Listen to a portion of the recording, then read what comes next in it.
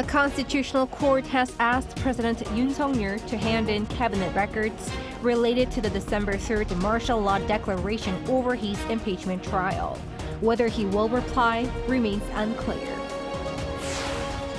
The prosecution agrees to transfer its investigations into the president to the State Anti-Corruption Investigation Office amid criticism of overcomplicated, overlapping investigations by several probe agencies. The nation's finance and diplomatic chiefs hold a rare press conference with foreign correspondents based in Seoul amid political uncertainty. Deputy Prime Minister Choi Sang-mok says the country's economy is sound and resilient. It's December 18th, 8 p.m. in Seoul. This is Newscenter. Thank you for joining us. I'm Yoon Jung-min. We begin with the latest at the Constitutional Court. It has requested the president to submit key evidence in relation to the impeachment trial within the next few days. The court also has shared intentions not to broadcast the hearings. Kim Jong-sil explains. The Constitutional Court has ordered President Yoon to submit key evidence by December 24th. Lee Jin, the court's press officer, elaborated on the specifics of the order. We've demanded the president to submit his plan for presenting evidence, a list of evidence, martial law proclamation number 1, and the records from the cabinet meeting related to this case by December 24th. The court also addressed its decision to not allow live broadcasting of the hearings, emphasizing the need to maintain order and prevent disruptions. I think we need to look at this from two perspectives. First, there were reports that President Yoon requested a live broadcast, but the court made it clear that exceptions are not allowed. Second, this case could potentially escalate public pressure, and the court seems focused on minimizing the risk of what's often called a trial by public opinion. Some legal experts believe that live broadcasting could be misused for political messaging. There is a danger that Yoon would try to use that live broadcast as a platform once again to appeal and incite his diehard supporters. So I think it's a very sensible decision that they declined Yoon's request. Delays in delivering the court's documents and notices to the presidential office have also raised concerns. Security staff reportedly refused to accept the documents, prompting speculation about potential stalling tactics. The way he's refusing to cooperate with the investigation in and of itself can constitute grounds for impeachment. And in fact, that's what the Constitutional Court said with regard to the impeachment of Park Geun-hye. They said that Park Geun-hye's refusal to cooperate with the investigation team showed her unwillingness to uphold the constitutional order. The Constitutional Court will hold its first deliberation on December 19th, marking a significant step in the trial against Yoon. While still in the early stages of review, the court is expected to discuss key issues, underscoring the gravity of the case. Kim Jong-sil, Arirang News. The prosecution has decided to transfer the case against President Yoon to the Corruption Investigation Office for high-ranking officials to streamline the investigation. Now the CIO is looking into issuing a second summons as the president did not appear on Wednesday morning as requested. Lee Eun-hee brings the latest. The investigation into President Yoon's declaration of martial law on December 3rd will now be solely handled by the Corruption Investigation Office for High-Ranking Officials, or the CIO. The CIO had requested the case be transferred, and after consultations on Wednesday, the prosecution service announced its decision to send the insurrection case against President Yoon and former Interior Minister Lee Sang-min to the CIO. The move is seen as a way to prevent overlapping investigations, as Yoon had been summoned by both agencies. Attention is on whether the investigation will now proceed in an orderly manner. Amid the active investigations by different agencies, opinions were divided on how the process was unfolding. Some believed the agencies were using the case to assert their influence, while others saw it as healthy competition that led to positive outcomes, such as pushing for President Yoon's appearance and attempting to conduct searches at the presidential office. On Tuesday, President Yoon's legal team addressed the need for coordination among various investigative agencies regarding his attendance. The case transfer has led to speculation that it could help avoid future claims from Yoon and his team to reject or delay any requests. This comes after President Yoon did not show up for questioning on Wednesday morning as requested by the joint investigation team that includes the CIO. While the prosecution's request for the president to appear on the 21st is effectively on hold, the CIO is expected to re-notify President Yoon of a second summons. Since the CIO lacks the authority to directly indict the president, the case is expected to be referred back to the prosecution after the investigation is completed. Both the prosecution and CIO have said they will continue to cooperate. Meanwhile, the special police team failed in its attempt to raid the presidential office for the second time. This was confirmed on Wednesday evening as a security team that had refused to cooperate during Tuesday's attempt and promised to decide on Wednesday cited reasons such as military confidentiality. 이은희, Arirang News. Over at the Parliament, the heads of the ruling and opposition parties sat down today to discuss the post-impeachment state affairs. This comes amid the rival parties locking horns over the issue of filling constitutional court vacancies ahead of the president's impeachment trial. Our National Assembly correspondent Lee Si-hoo reports. A first meeting between the leaders of the two major rival parties since the opposition-led push to impeach President Yoon passed through the National Assembly.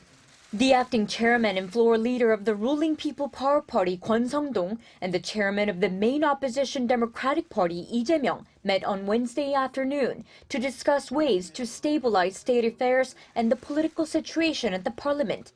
There was consensus between the two leaders to lessen political offensives against each other's camps to restore stability at the National Assembly.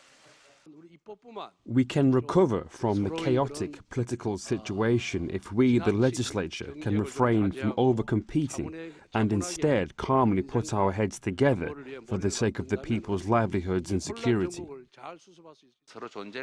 Acknowledging each other, a bit of give and take, and finding the right compromises to reach mutual agreements is the proper role of politics. But sadly, the situation we have here now is a war instead of politics. But they also made respective suggestions, with Lee once again urging the PPP leader to accept his offer of a joint talk between the rival parties and the government. I think Chairman Kwon has a pessimistic view on the joint consultative body to stabilize state affairs, as I've suggested. We think the Democratic Party can be flexible in many aspects as necessary, but I think we need to have a practical consultation. And Kwon suggesting that the DP withdraw some of the opposition-pushed impeachment motions against government officials currently pending at the Constitutional Court of Korea. I ask that the National Assembly withdraw the impeachment motions that were overissued and done as strong political offensives to lessen the burden on the Constitutional Court and take the pressure off the state affairs that have been paralyzed by the impeachment motions. The rival party spokespeople told reporters following a closed-door talk between the two that they also talked about the economy, with PPP suggesting legislation to help the AI and semiconductor industries, and DP suggesting a supplementary budget and amendments to protect small-scale stock shareholders. This, as the opposition members of the National Assembly Committee working on nominating 3 constitutional judges to fill the empty seats at the court on Wednesday morning chose to replace its former committee chair, the PPP lawmaker Chung Jum-sik, with the DP lawmaker Park Ji-won to lead them throughout the upcoming process, while the PPP refused to participate in the meeting in protest. The PPP argues that it is wrong for the National Assembly to nominate the 3 constitutional judges who will review the Assembly-approved motion to impeach President Yoon, and that acting President Han Duck-soo does not hold the right to appointment, while the Assembly Speaker and the opposition refute this, saying that it is constitutional for the National Assembly and the acting president to go through with the process that will hopefully stabilize state affairs and reassure the South Korean people. Lee Si-hoo, Arirang News. To delve deeper into this critical trial and major legal points, let's turn to our political correspondent, Shin Ha-young. Ha-young, the presidential office has apparently been refusing to receive requests for documents sent by the Constitutional Court. How could this affect the overall trial process? Well, you're right, Jungmin. In fact, the Constitutional Court's impeachment trial is off to a rocky start. And this comes because the court said that it sent President Yoon Suk-yeol the documents related to his impeachment trial, including the National Assembly's impeachment resolution on Monday. However, there has been no confirmation of receipt from the presidential office. The delayed response is likely to push back the trial, especially since one of the documents requires a written response from the president within 7 days of its receipt. And this means that the first preparatory hearing scheduled for next Friday may not proceed as planned. But still, the court can't just wait around, so it's currently reviewing how to handle such a situation if such delays continue. President Yoon is likely to attend a trial to defend himself against the allegation in court. What could be behind his intention behind? You're right. President Yoon's lawyer Seok Dong-young said that Yoon is expected to present his position in court when a public hearing takes place. And as a former prosecutor, and given Yoon's firm belief that his martial law declaration was a legitimate action, these factors increase the likelihood of him attending the trial. And former President Roh Moo-hyun and Park Geun-hye didn't attend any of their constitutional court hearings. Instead, they only expressed their positions through their lawyers. And Yoon's legal team also argues that the treason charges don't apply, as there was no intention to disrupt the constitution or foment any rebellion. And this aligns with Yoon's address last Thursday, where he explained that martial law was necessary to push against the opposition party's stonewalling of legislation, which he felt was crippling the government. Take a listen. 국헌을 망가뜨리려는 것이 아니라 헌정 질서와 국헌을 지키고 회복하기 위한 것입니다. 질서 유지를 위해 소수의 병력을 잠시 투입한 것이 폭동이란 말입니까? Meanwhile, the Assembly has formed a team led by Legislation and Judiciary Committee Chair Representative Chung Chung-lee that will act as the prosecution. And it was formed just 2 days after the motion was passed in Parliament. And during the team's first meeting, Chung emphasized that he aimed to complete the trial swiftly. And the ruling People Power Party refused to join, so the team consists of 11 lawmakers from 3 opposition parties. And sticking with the parliament, as we saw in our issues report, the rival parties are clashing over the prospects of filling constitutional court vacancies. What are their calculations behind this dispute? Well, the dispute over acting President Han Duck-soo Han Duck-soo's power is more about a political strategy than being about his role. And when we consider the current constitutional court, just one judge is needed to reject the impeachment under the current 6-member court. But if there's 3 new judges are appointed in time to review and rule, it will take 4 judges to dismiss the impeachment. And it could also be interpreted that both sides are trying to influence the timing of the court's impeachment decision to gain an advantage in any early presidential election. And a president's removal requires at least 6 constitutional court judges to agree, but deciding such a major issue with only 6 judges could raise legitimacy concerns, making it likely that the decision will be delayed. And the PPP wants to keep a 6-judge panel to buy more time before the early election. And meanwhile, the DP wants to push for an early election, since this must be held within 60 days if the court upholds the impeachment. And the party wants to speed up the impeachment process, ideally with the prescribed 9-judge panel, so the election can take place sooner, ultimately aiming to hold it before a definitive ruling on DP Chairman Lee Jae-myung's legal issues. Acting President Han Duck-soo is planning to call a special cabinet meeting tomorrow. What are the expectations there? You're absolutely right. So acting President Han will hold a special cabinet meeting on Thursday, which is tomorrow at 10 p.m. And Han is expected to exercise the right of reconsideration or a veto on 6 bills, including the National Assembly Act and the Grain Management Act, which were passed by the Assembly last month. And the DP has warned Han against vetoing the contentious bills, stating that they may push for impeachment if he exercises his veto power. And Han's decision could further strain on relations with the opposition, which has been advocating for these bills. All right, thank you, Haeyoung, for the wrap-up. Thank you.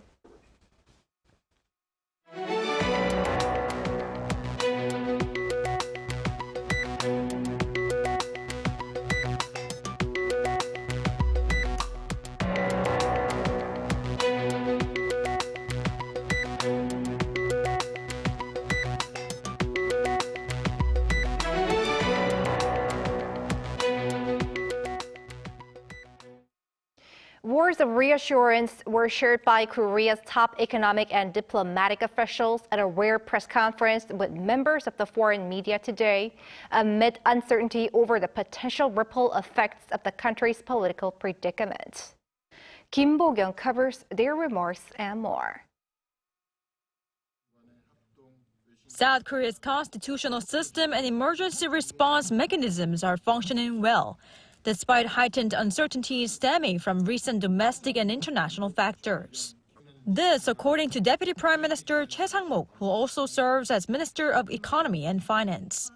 The Finance and Foreign Ministries jointly held a press conference with foreign correspondents in Seoul on Wednesday to address concerns the international community might have over South Korea's economic and diplomatic situation. The government responded promptly to the volatile financial and foreign exchange situation following the martial law decree imposition and Yoon's impeachment, Choi said, stabilizing the markets. Political uncertainty, too, is resolving, according to Choi, with the budget and key tax bills being passed in the National Assembly on December 10th, through close cooperation between the government and both the ruling and opposition parties.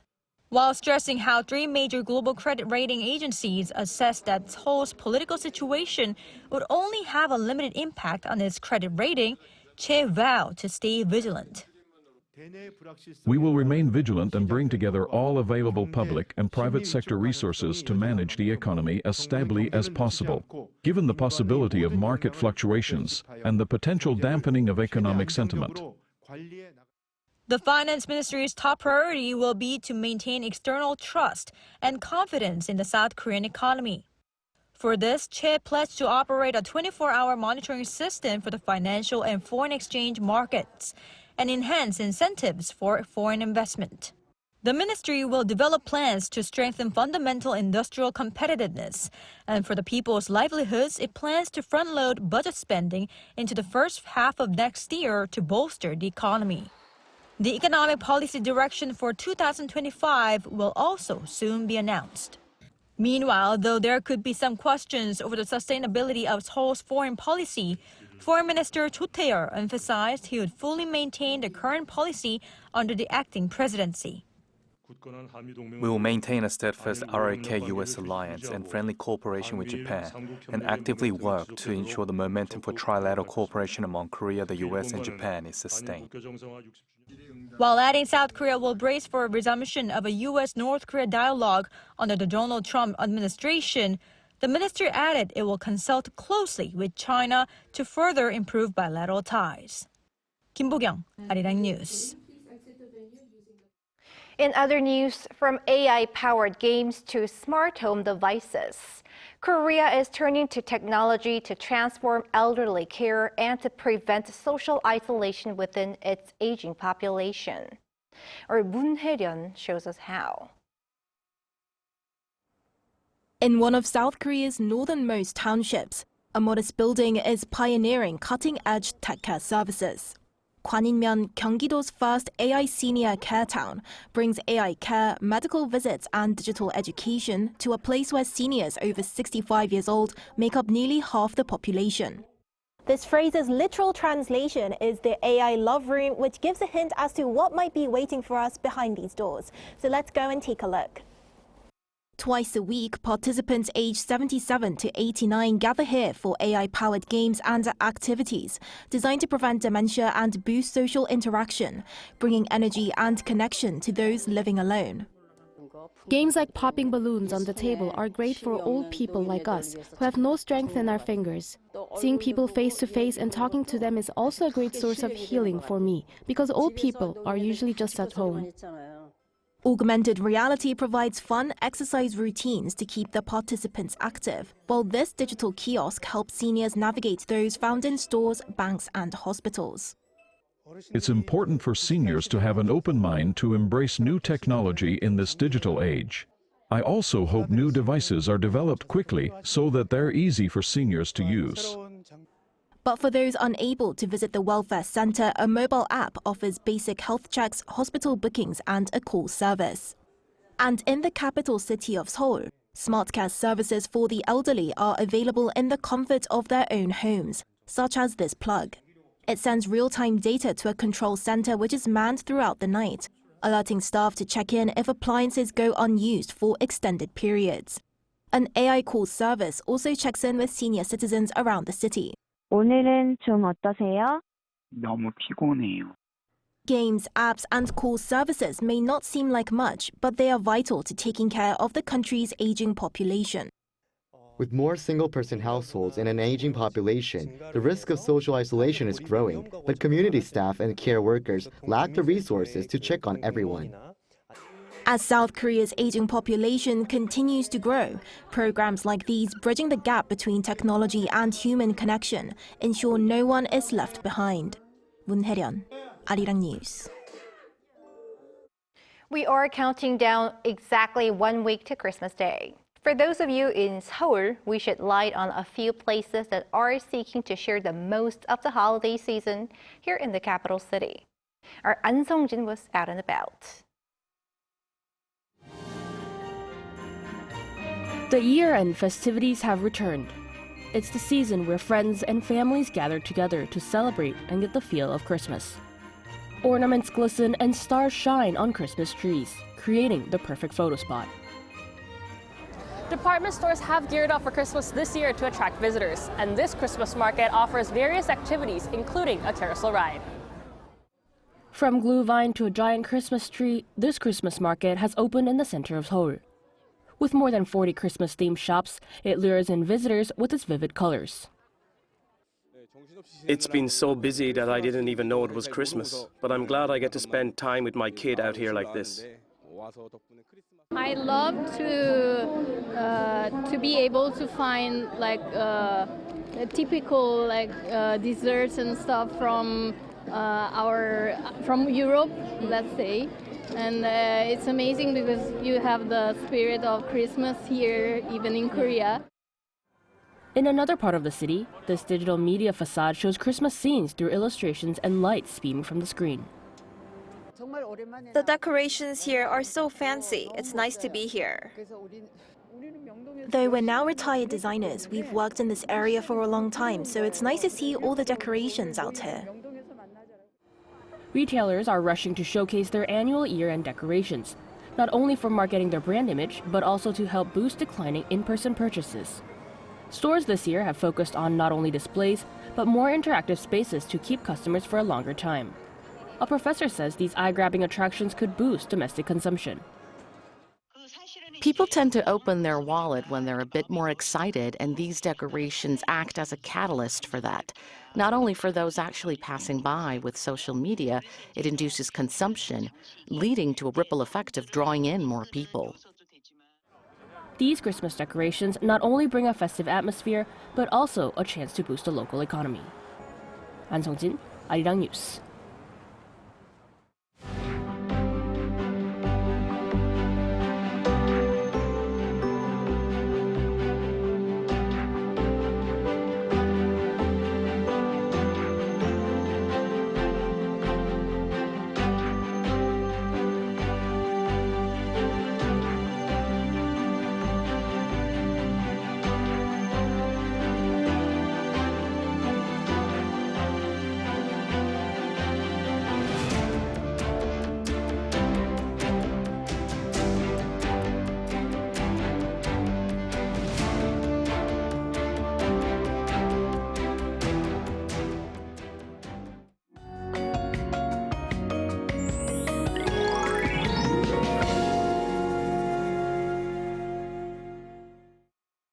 Due to the cold wind, the feels-like temperature plummeted to nearly -10 degrees Celsius this morning in Seoul. Many areas recorded their lowest temperatures this winter so far today. With frigid condition everywhere, snow fell in some West Coast areas and Jeju Island. With a heavy snow advisory in place, the West Coast areas of the Jeolla-do provinces and Jeju Island will have more snow until tonight. In addition, heavy snow is forecast in the eastern parts of Gangwon-do province and northern parts of Gyeongsang-buk-do province.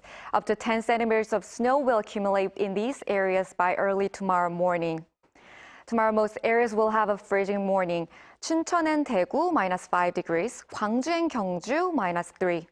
Highs will move up to 5 degrees in Seoul, Chuncheon and Jeju, 9 degrees.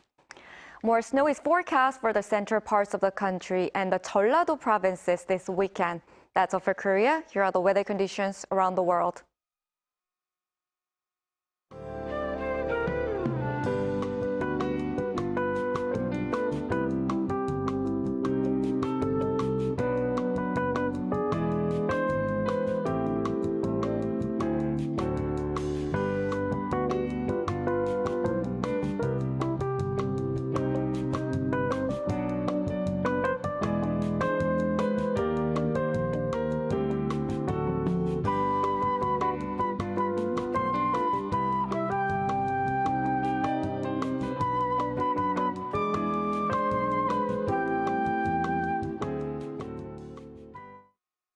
That is Newscenter for tonight. Thank you for watching. A panel session up next.